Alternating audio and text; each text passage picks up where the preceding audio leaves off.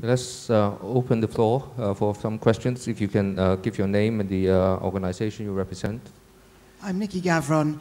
I'm a London Assembly member and I lead on planning and housing, and I led on climate change for the previous administration as Deputy Mayor. I was very interested by what everyone on the platform said, but particularly I just want to focus on Moscow, because I tried to get a bylaw for London so that we could make every single, we were given a climate change duty, but I wanted a bylaw so we could make every single type of building, we could have a typology, be given a minimum level of energy efficiency, and therefore and create a market above that for a deeper model or for renewables, and do exactly what Moscow's talking about, bring together energy supply with energy generation. But that would mean, of course, and I want to know how much, it means in a sense changing the business model of the utilities, because instead of them providing a discrete service, electricity here or gas there, they actually are providing energy services, and that includes energy efficiency. And I'm interested in what kind of, I would like to see proactive but mandatory regulation, which says on a zonal basis, you actually refurbish and make energy efficient every single building in every single area. And you work with those areas that are ripe for change first, and you do it on a pay-as-you-save model. However, I want to know what kind of regulation has Moscow introduced, because one of the problems for cities all over the world, I think Singapore, Hong Kong, and possibly Moscow are exceptions, cities don't have the powers, really, to bring in any way to really accelerate energy efficiency and bring in more micro-generation and local generation. Well, I'll try to answer. So what is your regulation? Yes, as I mentioned before, we have a new regulations which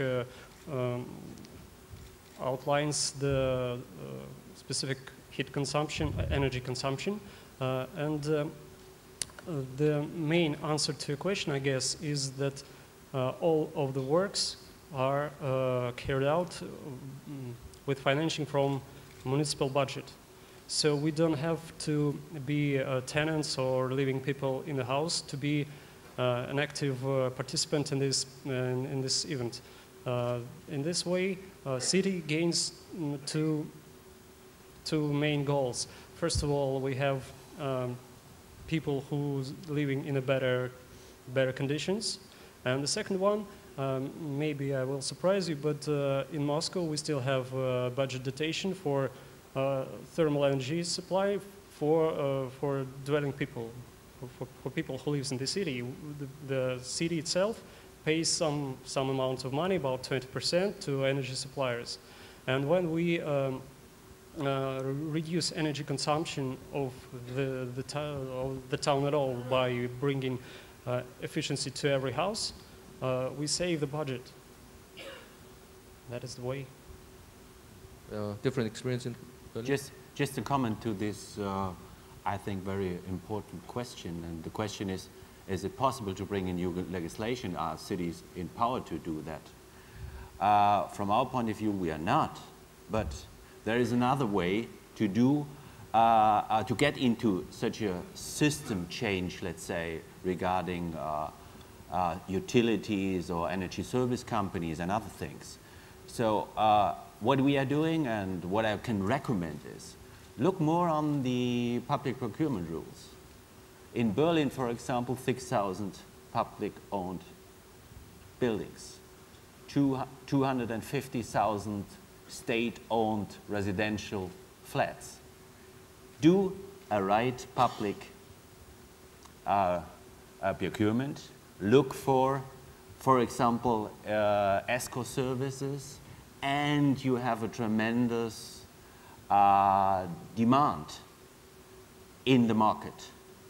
And from my point of view, this is an alternative, or maybe a better way than to bring in another regulation.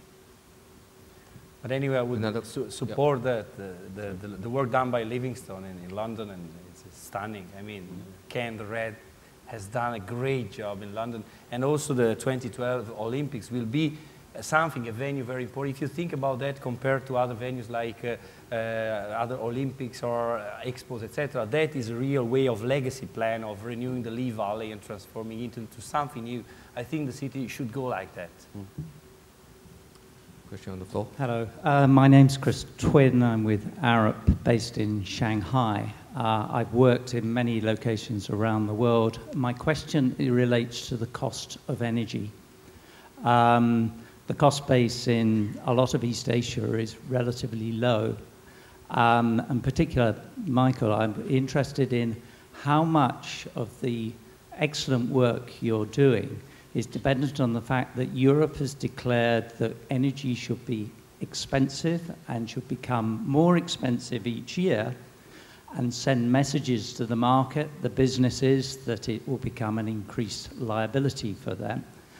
How much of that would you have been able to achieve, or your measures you're introducing, had the price of energy been a lot cheaper? It's easy to answer.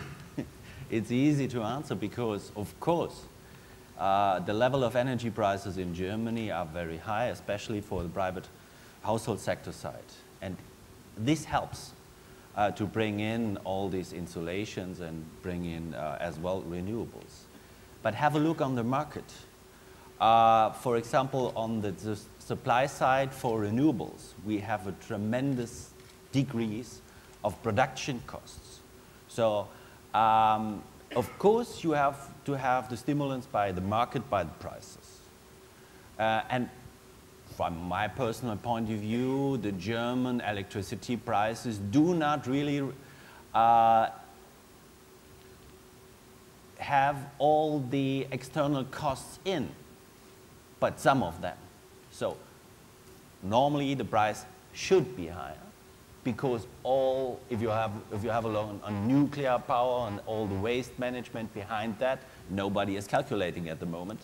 It should be normally into the energy prices, but it isn't. So we are on a high energy price level, of course, but we use that to bring in new technology and to lower price for technology. We have 2.5 minutes left. Let me just ask a quick question, see whether, is there, I have the lady in the front.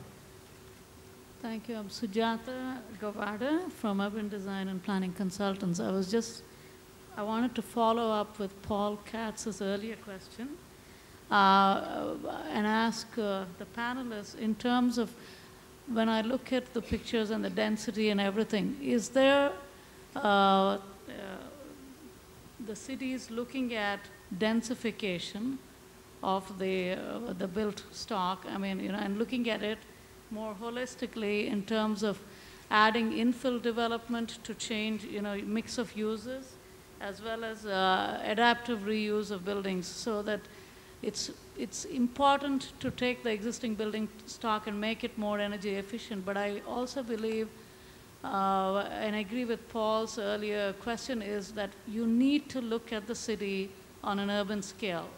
And coming from Hong Kong, which is extremely dense, but when I look at these slides, it's obviously where density is very low.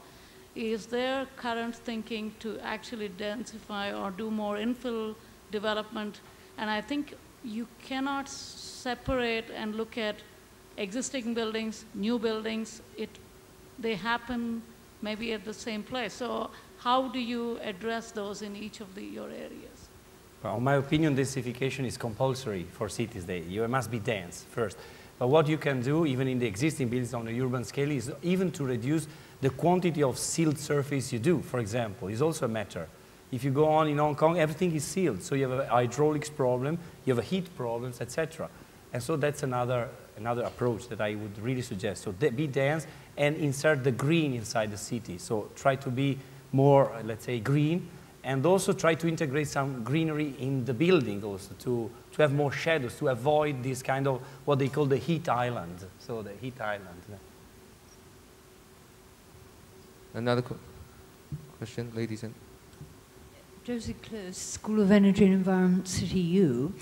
I wanted to go back to the marketing issue that was raised by Berlin. I think the EU had a directive about building labeling, and you were given a few years to get it in place. I think it had to be there by 2006, maybe a bit wrong on the dates. So you've had 4 years. My question is, has the effect of labeling had any impact on, say, the value of high energy performance buildings? So it's kind of translated into the value of the building stock as well as the awareness of the people using the building. Thank you. Yeah, thank you for this question. First of all, the EU regulation was set in force in middle of 2008, so we do have now experience with within 2 years. Everybody now around Berlin, I think, has got one of these displays, these certificates. Everybody is enforced if they want to sell or rent. But our observations show that the awareness is not at this point, at the moment we want to have it. This is absolutely clear. If you are looking on the market in the detail, you will find that on a high price level, on the lifestyle level, let's say, all the people do have these displays, and they are looking on a new home if it is fancy in a good location and if it has a renewable energy source, for example, included. In the opposite, where the multi-family homes are, where the low-income homes are, we do not have the awareness at the moment. So people are looking on the rent, they're looking maybe on the location where they are, and that's it. So we have to work on this. But this is not an argument against the certification. It's more or less an argument for doing more capacity building around that. Thank you. That's the end of our part one. Thank you very much. I'd like to have contributors for part two, which is Mr. Chris Derksema from Sydney and Ms. Ada Fung, our own Ms. Ada Fung from Hong Kong. Thank you very, very much. You've all been very informative and excellent on keeping time. Thank you. Thank you all. Very cooperative group. Now let's see how Australia and Hong Kong does. I guess Australia and Hong Kong, we shouldn't be using F1, we should be talking about horse racing. Most of the horses in Hong Kong are from Australia, so let's see how they do. Well, Ada comes up, the Housing Authority just won the prize for upgrading a housing estate. So that's one of the proud recipients. I think, Chris, you're going to go first. From the Green Building Council.